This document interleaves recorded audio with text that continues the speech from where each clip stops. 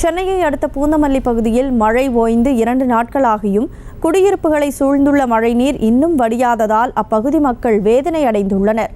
தேங்கியுள்ள தண்ணீரை விரைவாக அகற்ற நகராட்சி அதிகாரிகள் நடவடிக்கை எடுக்க கோரிக்கை எழுந்துள்ளது. இதுகுறித்த கூடுதல் தகவல்களுடன் இணைகிறார் எமது செய்தியாளர் ஜெய்ஹரிஷ்.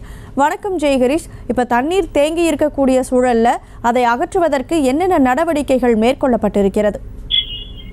வணக்கம் கனிமொழி. பூந்தமல்லி நகராட்சியில் மழை ஓய்ந்து 2 தினங்களாகி மழை வெள்ளம் அடையதால் இந்த பகுதி மக்கள் கடும் அவதி அடைந்துள்ளது குறிப்பிடத்தக்கது. மேலும் பூந்தமல்லி நகராட்சிக்கு உட்பட்ட மேல்மா நகர், பஜனை கோயில் தெரு, காவல் நிலையம் மற்றும் எஸ்பி அவென்யூ, அம்மா நகர், அம்பேத்கர் நகர், வசந்தபுரி நகர், ருக்மணி நகர் மற்றும் முத்தமிழ் நகர், முத்துக்குமர நகர், சின்னராஜ் மற்றும் விஸ்வநாத நகர், சிப்பாய் நகர் உள்ளிட்ட பகுதியில் மழை வெள்ளமானது தேங்கியுள்ளது.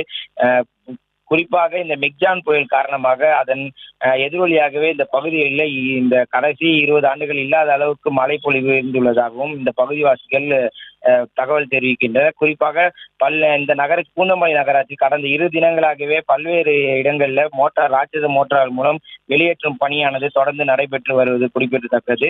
இந்த பகுதியிலிருந்து சிறிய சிறிய பகுதியாக மழையானது அகற்றப்பட்டு தொடர்ந்து மின் விநியோகமானது செய்யப்பட்டு வருகிறது.